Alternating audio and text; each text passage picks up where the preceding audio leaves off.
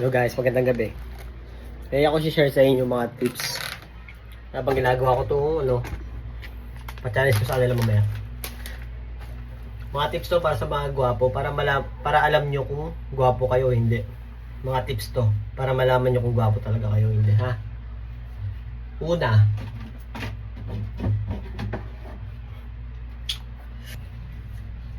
Una, para malaman nyo na gwapo kayo, unang tip, ang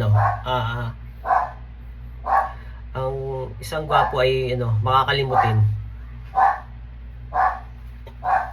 Tandaan nyo ang gwapo ay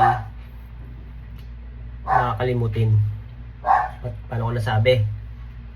Kasi nga ano nga yun? Kumala. Nakalimutan ko. Nasa dulo ng dila ko. Nakalimutan ko. Ano nga yun? Basta yun na yun. Basta makakalimutan guys. Tapos pangalawa guys. Pangalawang sign na ikaw ay gwapo. Mainitin ang ulo. Mainitin ang ulo mo guys. Mainitin ang ulo mo. Pag gwapo ka. Ingay naman ng aso mo sa labas. Kainis naman. Nagbablog dito yung tao. Doggy! Ay pupi! Ay doggy! Ingay mo dyan! Ingay! Ingay oh! Yun guys. Gagalitin ka. Yun guys. Mainitin ang ulo mo pag gwapo ka. Pangalawa yun, di ba? Yung pangatlo, guys.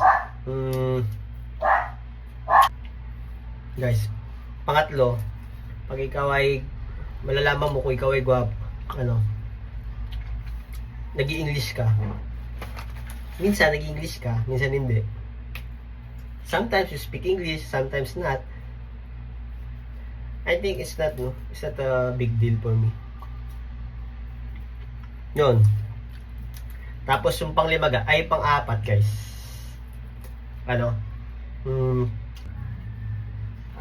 Yung pang-apat guys na senyales na gwapo ka. Ano ba yun? Yung parang palamura ka. Gago talaga. Ano ba yun? Nakalimutan ko. Gago talaga. Nakalimutan ko lagi. Nakakainis. Gago. Puta. Minta naman. Tanga-tanga. Bobo. Sira ulo. Sira ulo ba kayo dyan? Gago kayo ah.